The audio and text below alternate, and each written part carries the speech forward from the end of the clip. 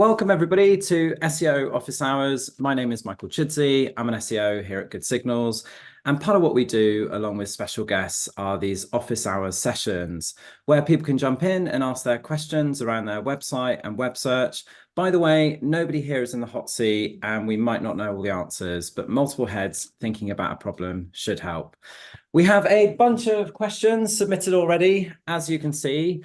But if there's anybody here live on the call that would like to ask any questions, feel free to flag yourself in the chat functionality and we will prioritize you. Also, please share your perspectives and thoughts as well. I think that's one of the best things about this is that loads of other SEOs are on the call and they're sharing their thoughts and Joe will summarize as we go. Also, we'll monitor. Like every week, with me is Joe Juliana Turnbull, also known as SEO Joe Blogs. Morning, Joe. Hello, Michael. Happy New Year 2024. Yeah, we're back. We made it. Really excited to be here today, and a big welcome to our guests, David and Shannon, and also everyone that's joining us live. Frank, Boris, Farhan, Reka, Rakiba, Asma, Sandra, and of course all of you that are joining us later on watching it on YouTube. If you are enjoying the show today, click a like on the video and subscribe to our YouTube channel so you can know all about the next SEO Office Hours. Great. Would you like to introduce our amazing guests? Yes, I would actually. I'm really pleased to have David Sayce and Shannon here with us today. So David Sayce is actually the digital lead at a law firm called Forsters. He's also a digital marketing specialist at the Prince's Trust. He advises young people about digital marketing. And on top of that, he also has an MBA in international marketing from Liverpool. I actually knew David when he was running his own digital marketing consulting business, Paper Gecko. He's actually still running that a little bit on the side because he's been a regular at an event that I'm running called Search London. And we turned 13 years old on February the 26th. So very welcome to you, David. Thank you for coming on the show today. 13 years old, troublesome teens. I'm looking forward to it.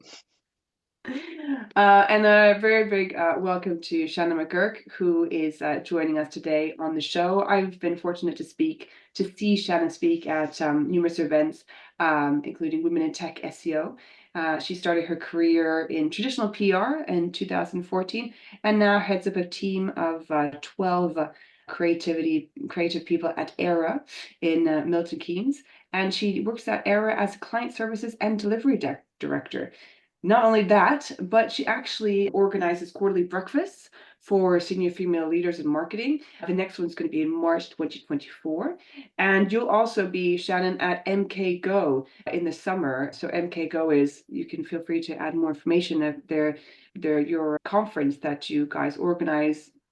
I think you have it. I think you're mentioning that you do it every other year now, your marketing conference. Is that correct?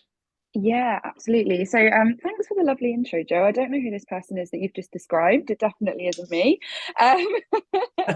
But yeah, so I'm the client services and delivery director at Aero, overseeing kind of the performance marketing teams there now. But as you said, my bread and butter is all things digital PR, content and link building. So that's what I get passionate about. So yeah, really, really excited to be here on the show this morning with you guys and Dave.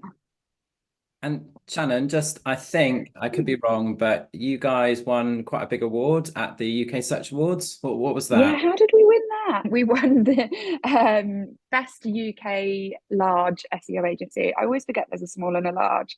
So yeah, we won large in end of October. It was early November, which was a really nice way to finish the year for the team. It's been a little bit bumpy, as I'm sure it has for many businesses and people on the call with everything that's going on economically. So yeah, a strong end to the year.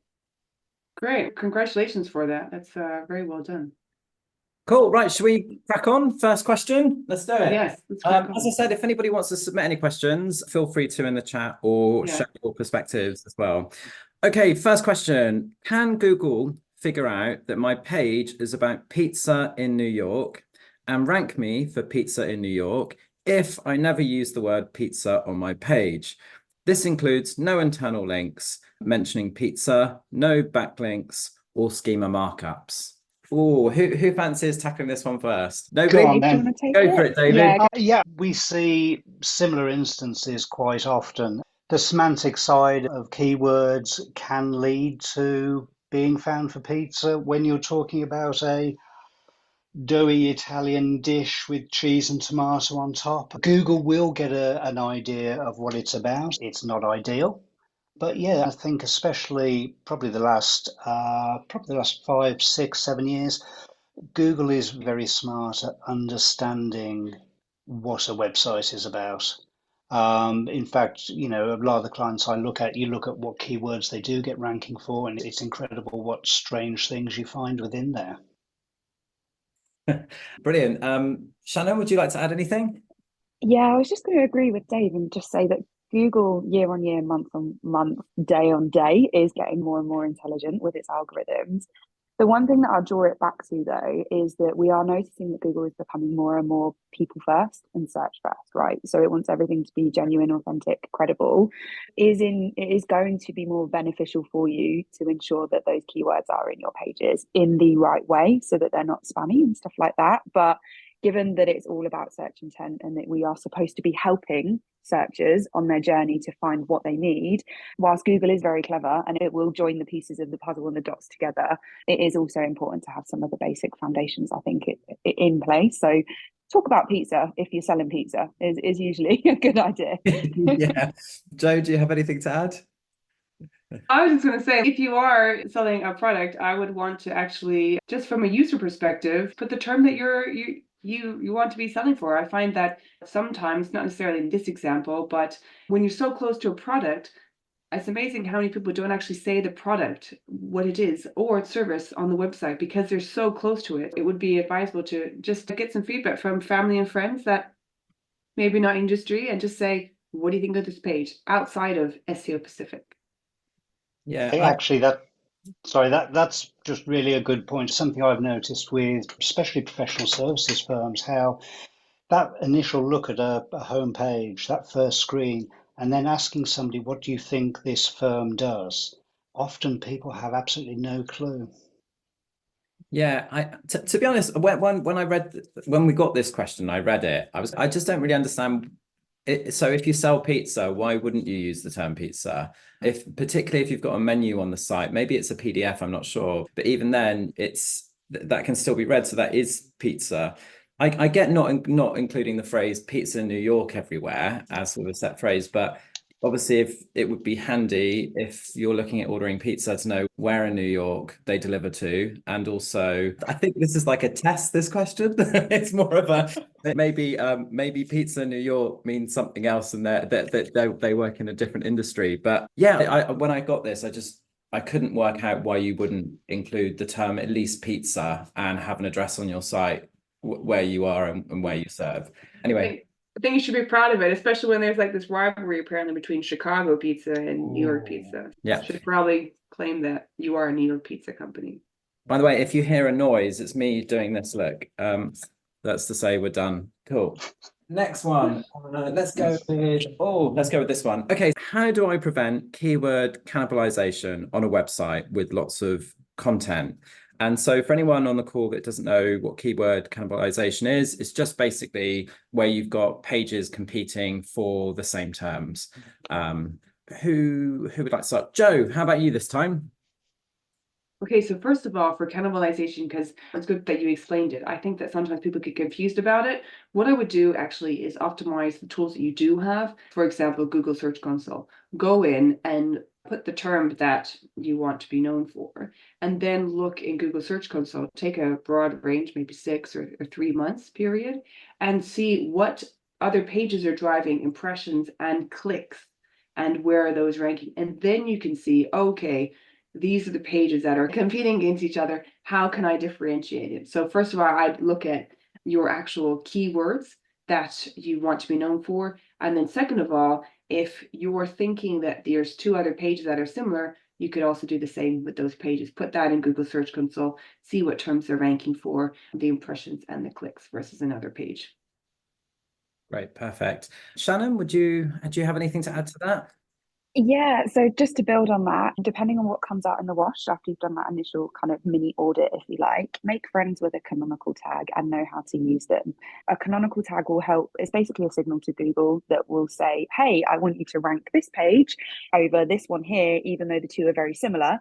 So yeah, I would get comfortable with them and start to understand, evaluate, analyze which pages on your site could have them, should have them.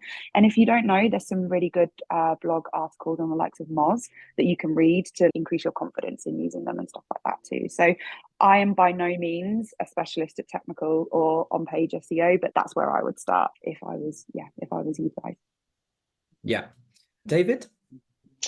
Yeah, I think the running that sort of mini audit, having a look at what content is on the website. I think the other thing is if you have a lot of content, such as articles, blogs that go back many years, you may find that the cannibalization is with a page that is quite old, perhaps out of date.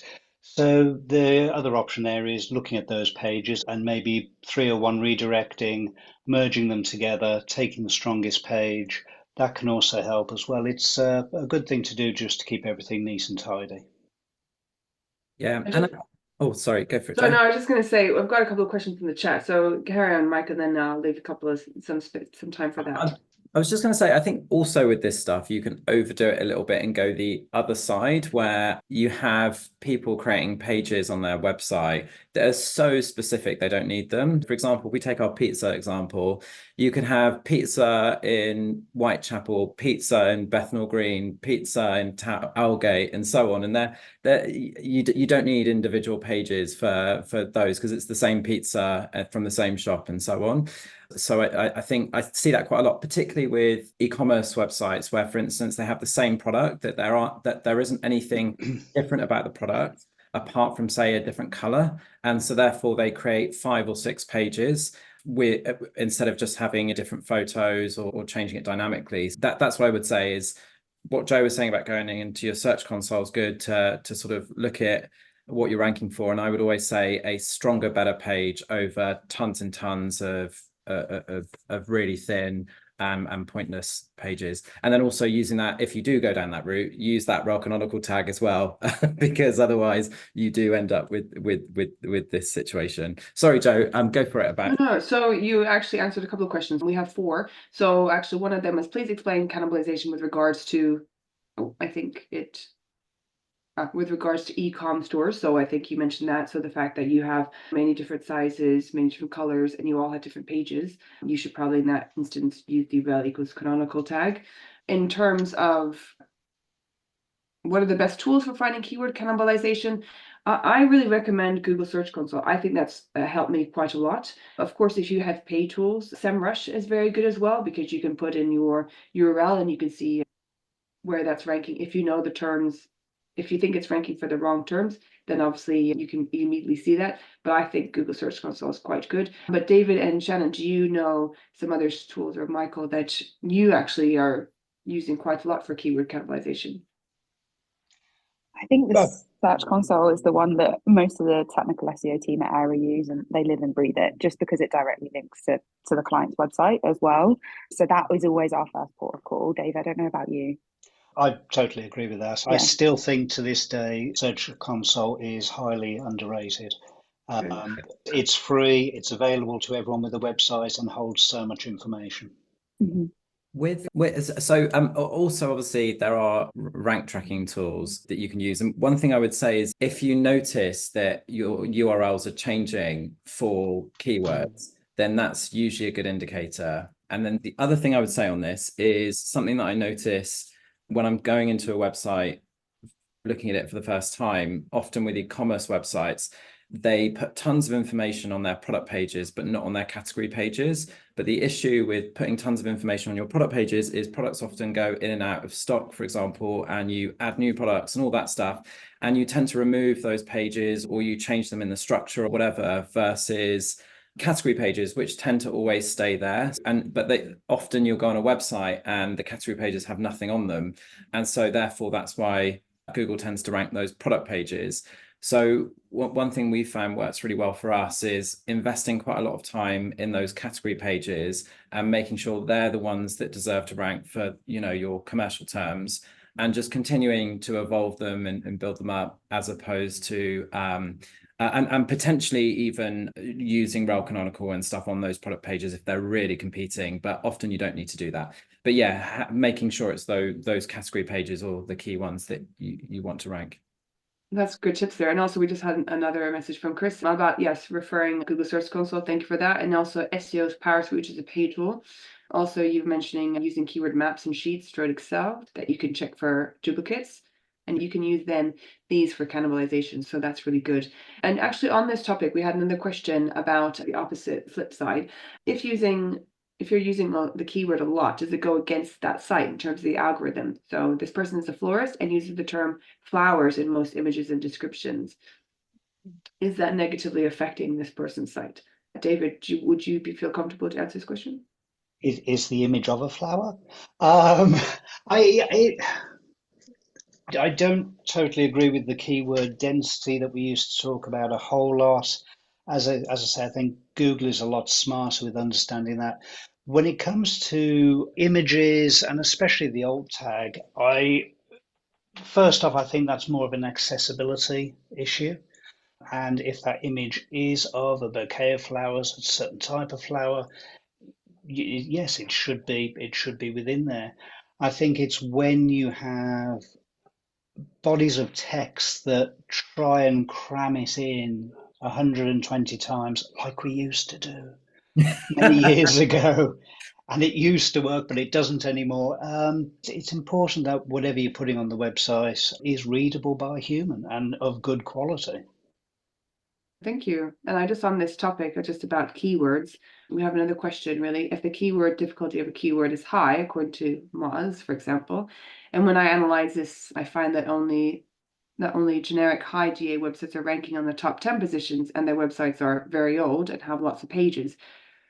Could I create a microblog on this kind of niche? I think back to this question's around if I'm trying to rank for this keyword, correct me if I'm wrong, who left the question. If you're trying to rank for a keyword and it's quite difficult, and the competition, they actually have sites that are old and they've got a lot of good quality backlinks, is it perhaps too ambitious to try and rank for it?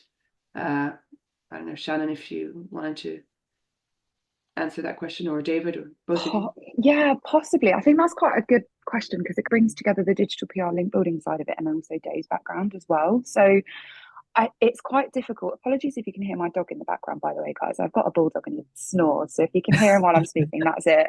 So it's a challenging one because you have to take each website as it comes, and what would work for one niche or one category may not necessarily work too well for another. In terms of having links into old pages, old content campaigns and stuff like that, my recommendation is to always update them and refresh them and don't let them sit there. If you have something from like 2020, for example, what can you do to update that page, or what can you do to update that campaign, that blog article, whatever it could be, to bring it back up to 2023, 2024, and then see what else you can do from an outreach perspective or to push it out across newsletters and stuff like that. So I don't think we want to lose any of the authority we've built in previous years. It's about redeveloping, rehashing, repurposing really the content that you've got on the site to get the best out of it. Equally, what we are hearing or seeing more and more is that because there is a greater focus on relevancy of links and stuff like that now, you may also want to look at some of those links that you've built 3, 5, 6, 7 years ago and go, actually, they're not that relevant, or I might want to pop them in a disavow file, depending on the scale that you've built and stuff like that. So that's probably my take on that question. But Dave, you might have a bit more of a technical response than me. I think when it comes to ranking with keywords, I think these days it's much more of a topic-based approach. Mm-hmm. For anyone, especially with limited resource, going against a bigger business with those very high level keywords that look almost impossible to get hold of, think around those keywords. Think about the related words around that, similar questions that might be being asked, the longer tail, and try and approach it from that side. You may not guess, this is the one thing I do see time and time again, you look at the difficulty of an individual keyword, sometimes it's too general for what that page is actually doing. The good example is shoes. Yeah, very difficult. Lots of people look for it. But if you're looking for a specific type, color, etc., it's that longer tail that I think gives the better responses. So I think with keywords, yeah, have a look at the wider topic around those keywords. Yeah. Great, thank you. Just to add to that, I'd also, when you're looking at the wider topic, I'd also look at just the search results in general for that term and see if you've got a point of difference. So if you can offer a slightly different angle so that therefore it would make sense that you'd be included, or, and I'd say most importantly, do you deserve to rank for that term, and how do you deserve to rank for it? What are you doing, or what can you do that would make sense that Google would put you at the top of the search results for that term? And sorry, just on the flower, the alt text for images for flower, I think the more specific, the better with that. So it makes total sense to include flowers or flower in those, but I would also add what type and so on. And so flowers make sense. I wouldn't have, for example, roses, wedding flower ideas, like that sort of thing. I wouldn't do, but roses, bouquet, or whatever that basically describes image, that's what I would do. Thank you. I think that also answered another question, actually, what's the best way to write the alt text to avoid that issue of keyword stuffing? You just mentioned that, and also Chris also mentioned that to explain the image first. Okay, great. We have a couple more questions, but I think we'll go back to your questions and we can maybe come back to these other questions then. Sure. Okay. Let me take. I'm going to take two. Sorry, I love it. We always do this. We're 6 minutes away from halfway, and we're so behind. So we'll try and be a bit faster on these so we get to the ones in the chat, but also no pressure. We are currently developing our digital marketing plan. Do you have any suggestions on establishing SEO objectives, goals, and KPIs for the year? Who would like to start on this one? David, are you happy to? Yeah, sure, I'll go for that. The one thing I will say is it should relate totally back to the business. You really need to think about what is the business here to do, and how does the website and SEO support that? I think the days of having the KPIs of the more vanity links, some of the ranking stuff is just not great. I still occasionally on reports have that available for various stakeholders who need to see it for whatever reason. But ultimately it is, if it's a product-based website, what has happened across that website to increase sales or contact or downloads, whatever it may be. And I think that's the absolute key part of this. It should really go back to the business and what drives the business to be successful. Yeah, completely agree with you, Dave. Whenever we're onboarding a new client, we're going through an RFP process or anything like that, it's often the case that you see those vanity metrics that you just described there. It's, I want 10 links a month, or I want my rankings to increase by X or over Y. And often marketing teams or marketing leaders are a bit taken back when we're like, actually, no, what's the business objective for the year? Because we can then work with you to ensure that it actually links are going to get you there, or increased rankings are going to get you there. So it's really important, I think, before you even compile the tactics of your digital marketing plan, to really understand the journey or the trajectory your business needs to go on in the next 12 months. That might be a revenue number. You might want to increase sales by X. It might be a customer acquisition number that you're not quite, if you're a startup, you're not quite entirely sure what that revenue number can amount to.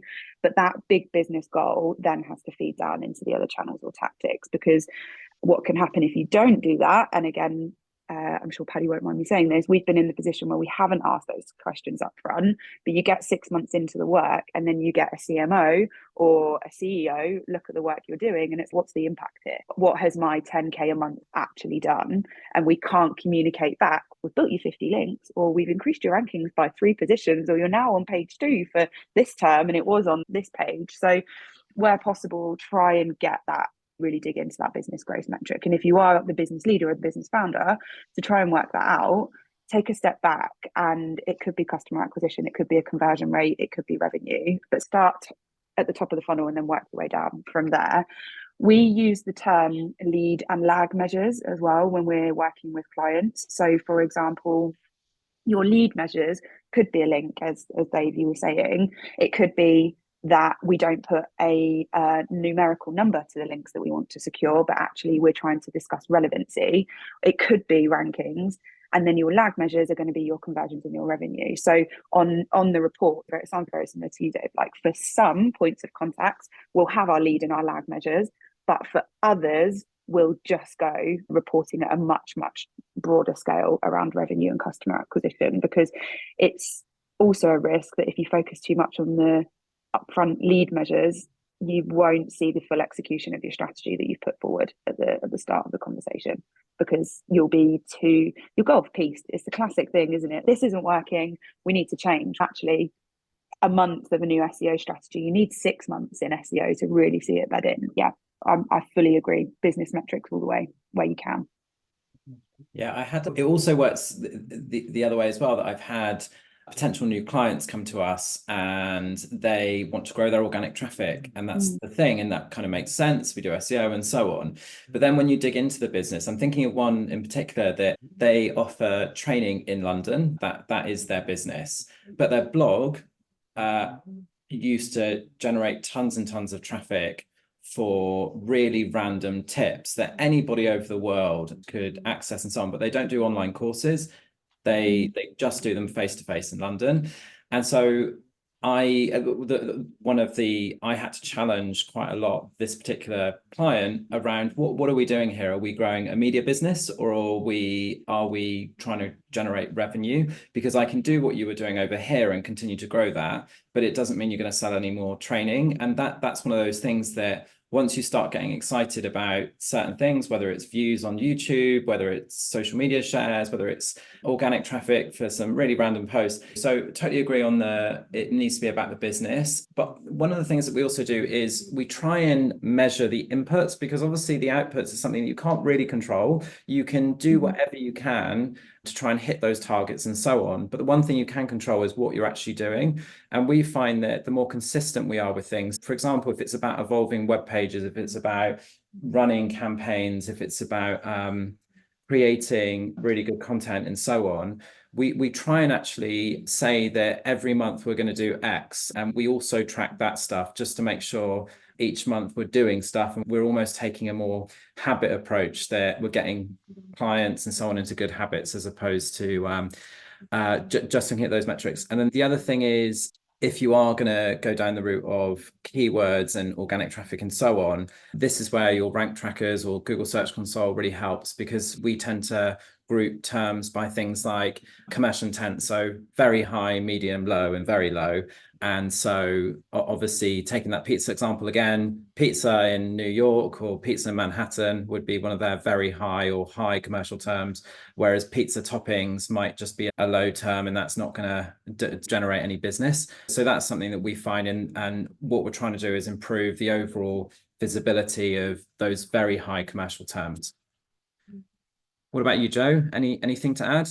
I just say these are all great answers. I'd say have those difficult conversations at the beginning, because you have that window. And once that window's closed, it's really hard to backtrack, like Shannon mentioned. Chris also said as well that if it's not defined at the beginning, then the client can never be happy with the work, because they don't know if they're getting an ROI from SEO or the work that you're doing.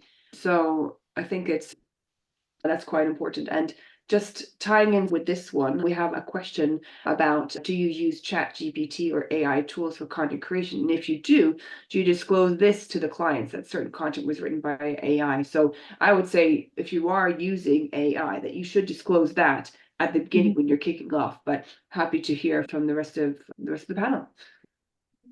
I'm happy to take that. We've actually got a couple of experiments that we're running at the moment, using Chat GPT for blog content creation. But we have agreed and been very open from the trial point that we are using this tool. We have our own copywriting team at Era anyway. So essentially, we've done keyword research, keyword mapping. We're now looking at blog content strategy. We're using Chat GPT to produce the blog content. And then we're almost A/B testing in terms of putting a set of blog posts live that have been created using AI and then edited or sub-edited by our copy team.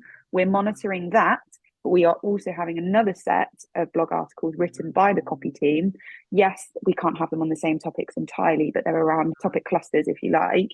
And we're using that to monitor and see what the performance of each page is going to be, so that we can start to explore, actually, is the use of AI content something that we want to be implementing a little bit further afield and stuff like that. Just call a spade. If it's an experiment or you're using it, disclose it, be honest about it, because there may come a time where we may see that the algorithm doesn't favor this kind of content if you are being explicit about it. Honesty is always the best policy, I think. Own it. Thank you. I think, sorry, just with us in terms of tools like Chat GPT, we use them as a tool. We don't put in, write me a blog post about SEO and then publish it on the website. But what we have started to use it for are things like writing up our research notes and helping with briefing copywriters. So to make that process more efficient, I've got we use like VR headsets here, and you can actually sit and have a conversation with Chat GPT to run through your notes in this. It's called Virtual Speech. It's a really cool app, but you can run through your notes that you've taken and so on, and then get ChatGPT to email that brief to you. The other thing, and Tom touched on this 2 weeks ago, is actually using it to see for context. If you're trying to rank for something, or if you're trying to get something across, actually before you publish, putting it into something like ChatGPT and asking specific questions to see if your article or whatever it is you're publishing is getting that across. I'm doing that all the time, and also looking for improvements as well. I kind of use it as another set of eyes. So as a tool, like I said, rather than the whole process. I think it's mad if people aren't using it from that perspective, because it's free or not very expensive if you go for the paid version. And it's amazing. Cool. Should we hit the next question? Yeah, we've got one more in the chat, but let's go to the next question and we'll come back to the one in the chat. Thank you, everyone, cool, who's joined and for being so interactive in our chat. Okay, amazing. Okay, I think we've covered this actually. So I'm going to pass this one and jump onto this one. Sorry, this one was just about search intent, but I think we've covered that, talking about pizza and keyword cannibalization and flowers and so on. So I think that's covered. Okay, we find ourselves managing multiple websites and seek a solution to potentially identify technical issues. Rather than waiting for ranking and traffic declines or manually identifying the problems, we aim to implement automatic alerts. Any insights or suggestions in this regard would be greatly appreciated. So manage multiple websites. If, say, a page goes down or you've seen a drop in traffic, are there any tools or anything to set automatic alerts? David, is this something that you do on any of your sites? Most. Yeah. I mean, this is interesting. It's a combination of different tools. I'll often have a Looker Studio. I wish they wouldn't change the names. A Looker Studio dashboard. And that often is tied into everything from Google Search Console, pulls in data from Screaming Frog. Crawls will be done at a defined time of the website to pick out information like that. Picks up information from Google Search Console, but also there's a great app, A Little Warden is another good one that I use for alerts, as well as the likes of Pingdom, Status Cake. There's a few of them that will check URLs for downtime. Little Warden is really good because it covers a whole load of different things, including when a domain's coming up for expiry and all the rest of that. But the idea for me is to have a single dashboard that on a daily or weekly basis can look at and at least get a high level overview of something's happened here, and then dive into the details further. Perfect. Joe, do you have anything to add to that? I just want to say, actually, Chris mentioned that Content King is quite good. Back in the day, I used to use Search Metrics, and they have something called Visibility Guard. They've been bought out now, but I'm sure there are other platforms that you can put alerts from. I think potentially Spotify, but it's been a couple of years since I used that. Although you can also set up some alerts, I believe, within Google Analytics too. Yep. Google Yeah. Analytics in the past. I haven't set it up for GA4 yet, but I'm sure the principle is the same. Yeah. Shannon, do you have anything to add to that? This is more technical than my remit. I will fully own that. But our technical SEO team use Little Warden, and it's definitely helped in a good few instances get ahead of certificates ending and stuff like that. So we'll, as Dave said, we'll sign up to it. We'll wake up in the morning, have an email in our inbox, and then it helps. We view it as a safety net for the checks and stuff like that we can't do. So it's good to have a little bit of a mini comfort blanket there. Whilst we're not a small team, but we've got quite a few technical SEO clients, and it's like running multiple websites and stuff like that. So yeah, Little Warden, big fan. And Dom Hodgson is also a great guy as well, who founded it. So yeah. Great. I think in my old company, we used to use a tool called Chidzey, I think it was, where you can put in your most important pages. And then if there are any, and you can get it to check either every 5 minutes, once a day, depending on how much you're willing to spend. And if anything changes on those, such as them disappearing, that I don't use it now, but that's something that when I was in house, we used to use all the time. Now it's just more alerts, and we get rankings on a daily basis. So we also can see if there are any issues from that perspective. Great, thank you, amazing. Joe, did you say there's a message in the chat, or can we jump? There's just actually another question here, just back to David. What do you think about the SEO Power Suite? Do that do alerts too? I have absolutely no idea. Okay, I haven't used that tool yet. If anyone else has used the tool, please feel free to ask it in the chat. Yeah, and this just is about another question, just about when you get a client, what would be the strategy for a new website, as Google has put each new site in a sandbox? How would you manage the client in that situation? So I think you mean that Google has put this site in a sandbox, and if you have a client that has been sandboxed, how would you manage the expectations? First of all, actually, I would want to if someone's being transparent at the beginning, I'd want to find out from them what have they done in the past to maybe get themselves sandboxed, or if they have seen a drop in rankings, I'd like to know that history. But David and Shannon, if you have anything else to add, and Mike too. I question sandboxing in general. I'd question why it's happened, whether it's a content issue or possibly a deeper technical issue on the website that has caused it. But yeah, I think there's a lot of things to have a look at there, generally across the quality of the website. Thank you. Great. Should we carry on? We've got loads of things. Okay, let me just take a few more of them, and we'll try and shoot through. Okay, so do you have any examples of campaigns that strategically generated loads of high quality links, not by luck, but through careful planning? How did you initiate your idea, and what was your process? Shannon, this feels so you. Yeah, thanks, Mike. So I think before we dive into this, it's important to say that virality is not the big shiny thing that we want from campaigns anymore when it comes to digital PR and link building, because there is a higher risk of getting links that aren't relevant, that are spammy, that aren't actually going to do the good that we want them to do. So I would rather take, in any link building or digital campaign that I was going to launch, I would rather take 50 solid, high quality, great links for my website in the niche than 500 that come from lots of different places across the internet that I'm going to look at in 2 to 3 years' time and think, oh, are they causing me problems?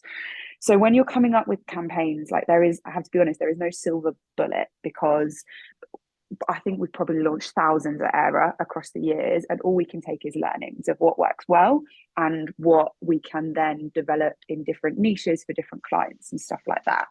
So when it comes to coming up with an idea to get strategically placed, we developed like a 5 to 6 point validation process that everyone in the team knew and had to be really comfortable with.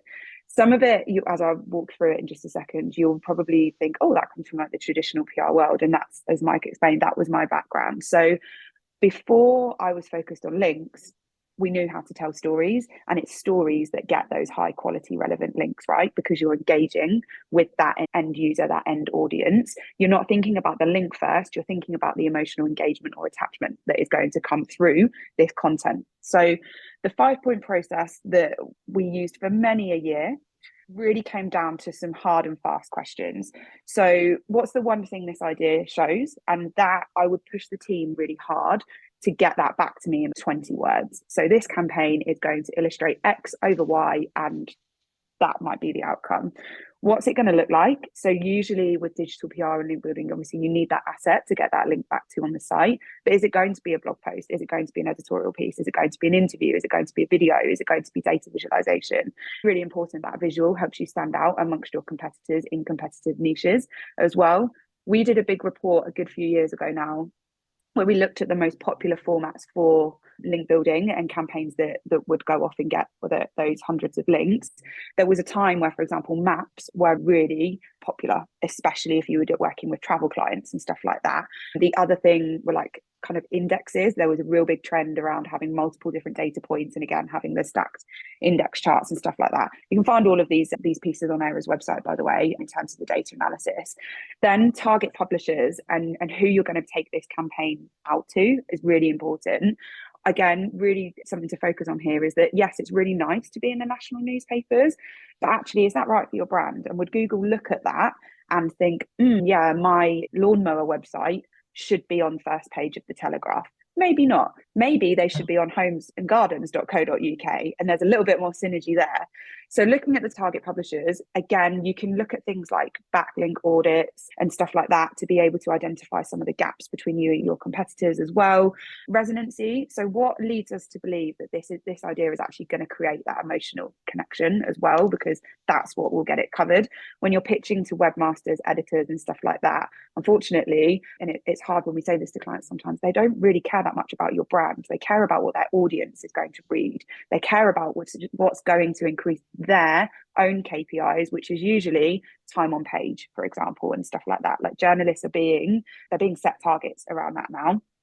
Relevancy as well. How does it fit into you and your brand? I know I just used the lawnmower example there, but if you've got a fishing website, you don't want to be in like a beauty magazine or anything like that. That's just not where you should be hanging out. That's not where your audience are.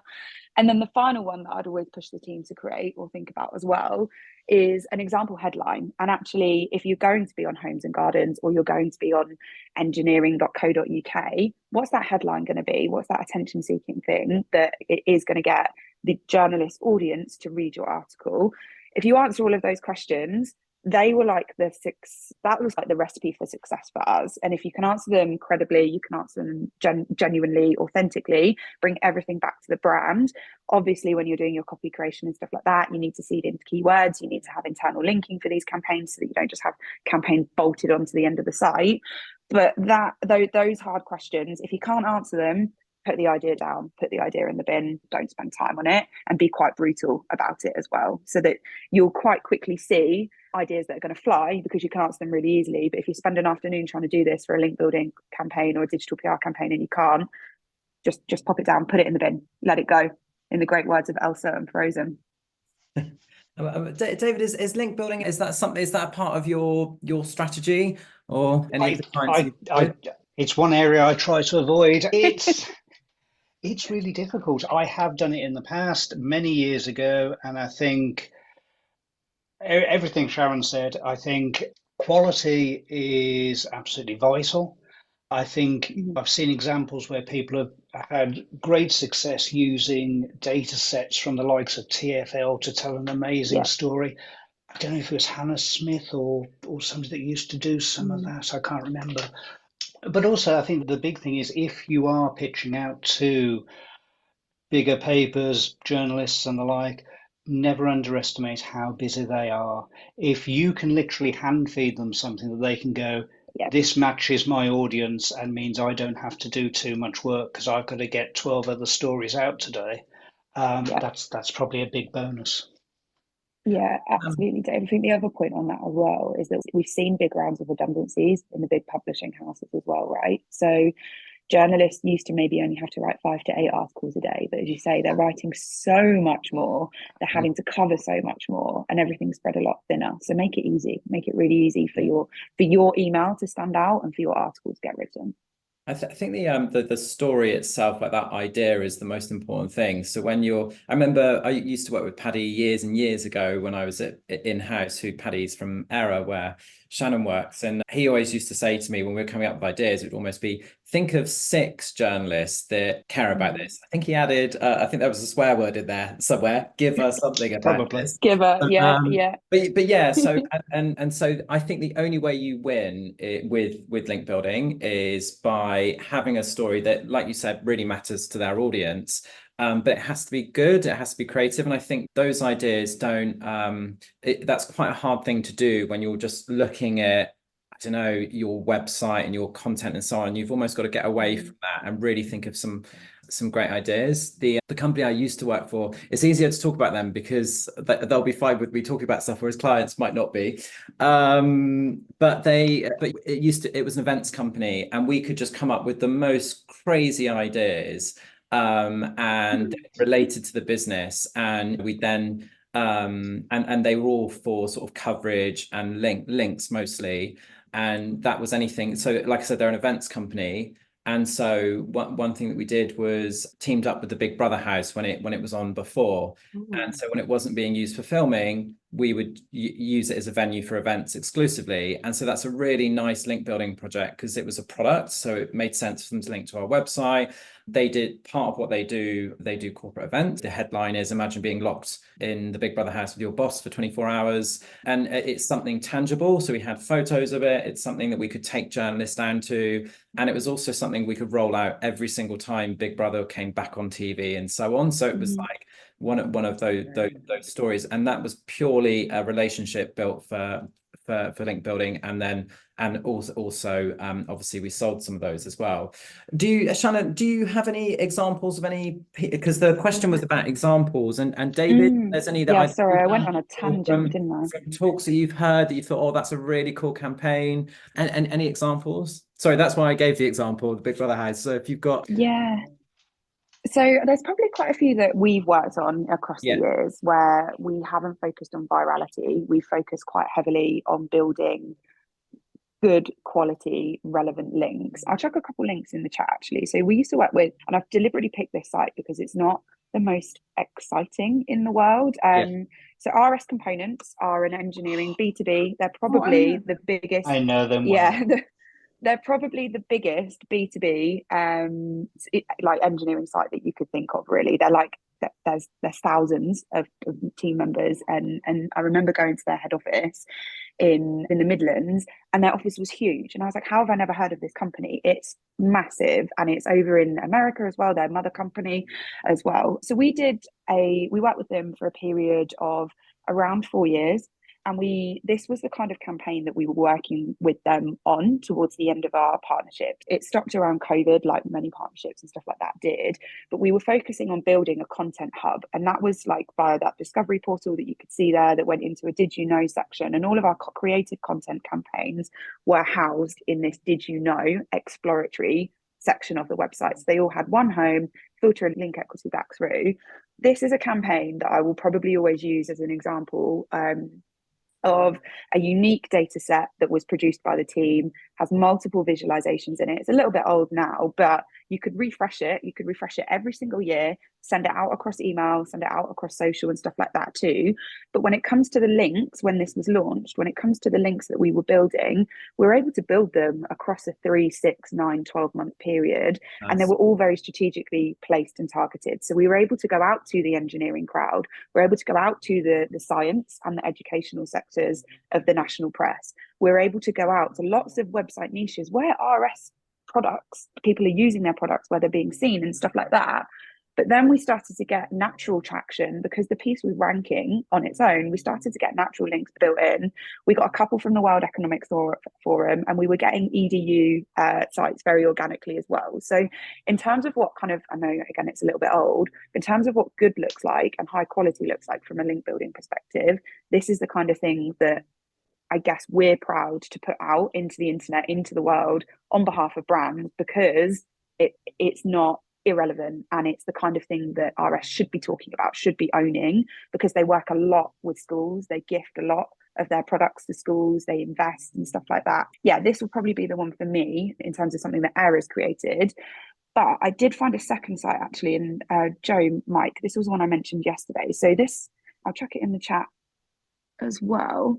They're a site called Gusto, and they're an American site. Oh, sorry, I think I've got direct. Oh, I know. Joe, I might just send it. The food. Yeah, I just shared it. Yeah, I'll share that. Yeah.